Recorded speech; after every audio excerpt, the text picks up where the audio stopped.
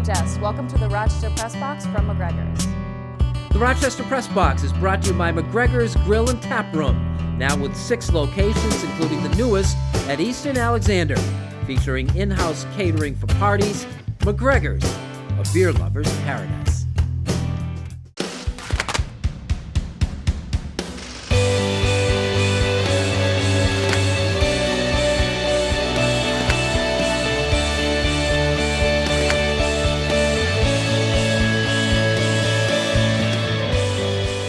Hello everyone and welcome to the Rochester Press Box here from McGregor's downtown. I'm Bill Pucko. We have some great news we think for you. As the Rochester Press Box over the course of the summer will also be airing on Channel 13 following the late local news, 13 Wham News. Dan Moriarty sitting in for John DiTullio this week. Danny, thank you. Mike Catalanna back from Italy. Yes. Welcome back. Nice to be back. And back. Jeff Diveronica from the Democrat Chronicle, our soccer expert, which leads us into the first topic. You know, Abby Wambach had the big week, got the 160 goals, the record breaker over Mia Hamm. What kind of impact do you think that she has and will continue to have here in Rochester as a result of all of this? Well, I think she'll have a great impact. You know, I was thinking about this. We do these All Greater Rochester things for the Democrat Chronicle. And girls that are softball players, soccer players, basketball players, we have a category for favorite athlete. And really in the last 5 or 6 years, really the last 2-3 years, since the World Cup, again, when her popularity rose, girls are now jotting down Abby Wambach, Alex Morgan. So soccer, the impact of this team and I guess the profile of this women's national team now is back. I don't know if it's where it was with Mia Hamm in 1999, but it's close. It's really close. And certainly in this town, you know, I think if you walk up to 100 people, 85 or 90 would know the name Abby Wambach. I kind of love the thing that it's a woman. You know, a woman is our highest profile athlete, and we're really proud of that. Of course, and we should be. Is there anything to not like about Abby? She carries herself so well, and she's a great player. I mean, there's one thing about being a great player for a while, and then you become more of an ambassador, and you say nice things and all. But Abby still goes out and does it. She's accountable. She's a leader. She's a great soundbite too. You hear her on the air, and we almost laugh. You're like, perfect. Just the way she can express herself. She gives her opinion, but she's always talking team first, as great as it's been, but accepts the responsibility of being a leader, the great player, and what it means for the organization now and for women's sports. I don't know how much more you can ask. It was close to not happening, Danny. It was, if that ball doesn't go in against Brazil, this whole thing goes downward, because this would have been a horrific oust of that in the quarterfinals. That never happens with the Americans. She felt a great burden for like a 5-6 year span after Mia Hamm retired, that the profile of his team is fading, and she's kind of the face of it. So it's funny now, because 2 years later after that World Cup, I had kind of forgotten until I saw the documentary about the depths to which USA women's soccer had gotten to, because now they're back in the forefront. People know Abby Wambach. I mean, you see her on TV, whether it's the games, commercials, she's all over when it comes to commercials. I'd forgotten the depths it had gotten to after the 07 World Cup and the issues that they had there. And now it's just, it's such a part of the sports landscape that I'd forgotten how bad it had gotten. Is there anything that's missing? I don't think so. There's going to be a camp that she's going to have locally for girls and boys to meet, boys and girls to meet and watch her play and train with her and learn from her. Like you said, she's a great soundbite. I don't think she's overexposed. No. I was worried about that initially, but I think they've been very careful with what she chooses to do, and I thought she might be stretched too thin this summer. But the really good thing about at least the Flash now, her club team, is that there's no interruption. She's going to be with the Flash, Carly Lloyd, and they can focus on building this league and this team, because I still have reservations about why we don't get enough fans at that stadium, and I still think the Flash don't market themselves properly. And certainly nothing she's doing. But I thought what spoke volumes about Abby Wambach is that we attended sort of in an official capacity the Lifetime Assistance Airport 5K out there on Saturday morning, bright and early. Abby was the guest. You know, she had to have been up at 6 a.m. She was at the course at 8 a.m., signed all the autographs, shook all the hands, smiled for all the pictures, started the race. She did everything, and this was just 2 days after, you know, one of the biggest days of her life, which I thought was pretty impressive. Well, the NFL banned seat cushions, and we'll discuss the ramifications of that coming up.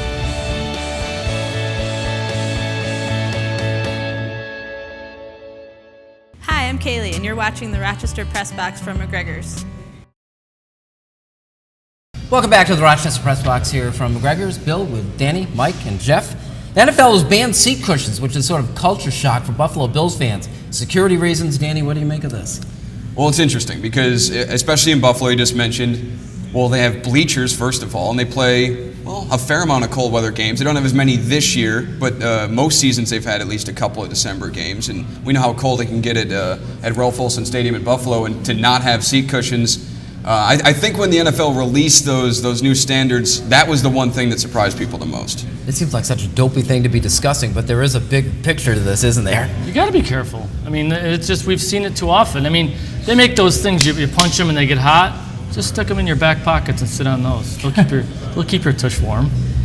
The NFL looks for anything, and they want to protect themselves from everything. So they'll do all that. I think the NFL's bigger problem, again, that's a security thing, big picture security. The bigger problem in the NFL is what goes on outside the stadium, and they refuse to really go after that, which is the environment in the tailgating parties. And the NFL perpetuates that. They allow it, and it causes problems inside. Yes, we have to worry about security, terroristic type threats that could happen with seat cushions. Well, let's worry about what goes on week in, week out outside the stadium. And quite an example last fall, what happened with the young man from Palmyra. Yeah. Something happened. We still don't know exactly what happened, but he died after leaving the stadium, after being thrown out of the stadium, and he had something to drink that Well, night. I figured to find out because they've sued Erie County Yeah. in that. We're going to find out case. more, and rightfully we should. But the NFL, I mean, going after tailgating, that's one of the few reasons that you have to go to games now, because the TV product has gotten so good with HD and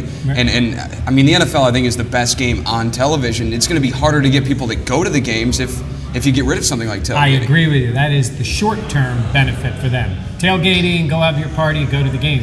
The long-term detriment is anybody with younger kids or whatever who should be wanting to go to the game hates the environment that is caused in large part by what goes out with the tailgate. So it helps them now to get the, 20-somethings at the football game, but it hurts them because the families sometimes go, I don't want to deal with that. Yeah, and oddly enough, like it turns. It starts out the parking lot where there is no trouble. You can walk and do whatever you want in the parking lot. Exactly. Stuff. As soon as they bring it into the stadium, it gets ugly. Yeah. It's game face. It's that mentality where the fans think they become part of the game, and we've seen it all from hopefully various distances where you'll have somebody in an Eagles jersey or an opposing team jersey, and Especially Bills fan makes a comment. Bills fan makes a comment, and all of a sudden it's they start jawing, and they got to be security's got to separate them, or they got to leave the stadium. How much will it help if the Bills give people to go to the games less reason to be angry? Oh, I think it definitely helps if the team is playing better. I don't think there's any doubt. I think the atmosphere is better when they're winning. Everybody's in a good mood, or most people are in a good mood. They've got to be more fun to watch this year, right? They have to be. Yeah. Just they can't be any less. Can they be less fun to watch? Probably not. Probably not. Well, look, speaking of the 20-somethings, then, where's the line? I mean, is it a matter, don't get in there earlier than that? How much time do you need to get yourself set up to enjoy the football game? Speaking on behalf of your generation. But like I said, I think a better product brings out a different clientele, because right now, the reason you go to Buffalo Bills games isn't for what's going on the field.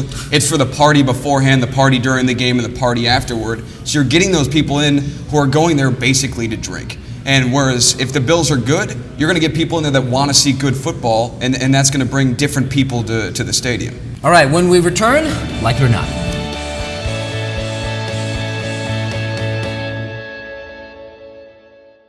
Hi, I'm Alexa. You're watching the Rochester Press Box from McGregor's. Back with the Rochester Press Box here from McGregor's downtown. Bill, Danny, Mike, and Jeff. Let's go to Jeff first. Look, the New England Patriots, like it or not, cut Aaron Hernandez before they even arraigned him after his arrest on Wednesday. Like it or not? Love it, because the arrogance and the invincibility some of these athletes feel. To me, he should have come clean days ago, and to see him being let out of his house in handcuffs. They didn't even, within 10 seconds of arriving at the door, he had cuffs on his hands. He was shirtless. They just put a shirt over him. And to me, it's, money and fame can't keep you away from the law. And I think they gave this guy plenty of chances to come clean. He didn't do it. And I applaud the Kraft family. And it really speaks to me, the organization, that we're not going to tolerate this from one of our players because it's bringing bad light onto our organization. Yeah, I agree with everything Jeff's saying, but I also would say that organization knows at least has a very good idea where this is headed. Because we saw what happened with the Baltimore Ravens, where they were going to stick by Ray Lewis. Now, Ray Lewis was a different level of player, as good as Hernandez is, but they stuck with him. He went through the whole thing, and then, of course, he played another decade plus with Baltimore. But in this case with Hernandez, I think the Patriots are well aware of where this is probably going legally. It hurts them financially, because now they really are going to have a very difficult time ever getting any money back from him and the cap and all that. But I think they've kind of said to themselves, gone. He's now former New England Patriot who's going to be on trial for whatever the charges It beats are. the knee-jerk reaction, because actually it surprised me that they didn't just say, well, we're going to let the legal system play itself out. We hear that from a lot of teams. Yeah, well, and this has been in the news now for a couple of days. It's kind of dragged on. They've obviously been attached to it because he's one of their players, and I just wonder how it affects the future of them. They've been willing to give a lot of guys second chances. Now, Hernandez was a guy with a lot of red flags coming into the league. I wonder if this will change the way that they do things moving forward, if they'd be willing to give some of those guys second chances now. Yeah. All right, Danny, while we're on over here, like it or not, Brian Cashman tells A-Rod to shut the blank up. Love it. I think everybody wants to tell A-Rod at this point to do exactly what Brian Cashman said. And I guess they have certain policies when it comes to releasing injury information, and it doesn't include the player doing it via Twitter. And so Cashman was not thrilled about that, and I love the way he reacted. At this point, I'm a Yankee fan, but I just want to see A-Rod go away, and that's not going to happen, sadly. But I think Brian Cashman at this point wants the same thing, too. Danny, I'm a little disappointed in the language. I really am. And I'm not sure, I haven't heard him say, I didn't know it was on the record, but he's an official for a Major League Baseball team, a high-ranking official. I don't think he needs to use profanity to get his point across. I think if you look at it, teaching the young people, I wish he just wouldn't have used that word. That's all. Really I'm glad he said it strongly. Yeah, to emphasize the fact, though, that just how fed up the organization is with Alex Rodriguez. I agree with Jeff that he shouldn't have used the language, but I love the fact that he used the language, if you follow my convoluted logic there, because it's A-Rod. I'm with you. I want him to go away in sports. I don't enjoy watching him. And the funny thing is, when the Yankees re-signed him, it was for this whole big run up to, 800 home runs. And now they don't even care. Go away. I believe I'm siding with the player, but all he did was tweet out that says, hey, I'm healthy. I've been cleared to play ball again. With all the things he's been guilty of, this is the one that sets Cashman off. It really speaks to how sensitive the whole thing is. And I'm sure they told him to shut up before. Well, and he did it because it was in direct contradiction of what Brian Cashman had just said. Yeah. So he was just trying to get his side out. All right, like it or not, Mike, the Boston Celtics have traded their head coach to L.A. Very interesting. First of all, I'm a Sixers fan. I don't like the Celtics. I never have, but I love Doc Rivers as a coach. I think he's the perfect type of pro coach these days, where players can relate to him. He makes them accountable, does a great job with veterans, has also brought up young players. I do think in the long term the Celtics are going to miss him because I think it's hard to find guys like that. But he wanted to go. They wanted him to go. They didn't want to pay him $7 million, and he didn't want to be rebuilding. And this team is absolutely rebuilding again when the veterans are gone. I didn't like, for their sake, the way it got drawn out. I think that's David Stern. I think David Stern was ticked that they were talking about it during the NBA Finals. And, David Stern doesn't want anything to interrupt his blessed finals. And I think he twisted them a little bit there. But I think it works out well for both of them, because Boston needs to rebuild, and I don't think Doc wants to do that. There's an element that I liked of it. It's like they were doing Doc a solid. Like it says, this is going to get ugly in Boston for a few years at least. Go. I wonder if this changes the dynamic from here on out. Are we going to see organizations going after someone else's coach now? Well, this cost them a first-round draft pick, and they threw that addendum that we have never heard anything like this. That they said the Clippers and the Celtics cannot deal for a player until the end of next season. Because they didn't want it to be a kind of a quid pro quo deal where there's another deal coming later where it's Paul Pierce and Kevin Garnett for a box of Twinkies. Boston West. Yeah, Boston West. Well, I'm looking forward to rooting for the Clippers as a guy who thinks, Doc Rivers gave the Celtics 9 great years, and I think it's good that he doesn't have to, go through this whole rebuilding process. As good as I think he'd be at it. He's going to like having Chris Paul, too. Yeah, and Chris He's Paul's not going to like having him. Blake Griffin, though. He's going to frustrate the heck out of him. That's if he stays there, That's right? true. Makes it good to trade him. When we return, a little unfinished business.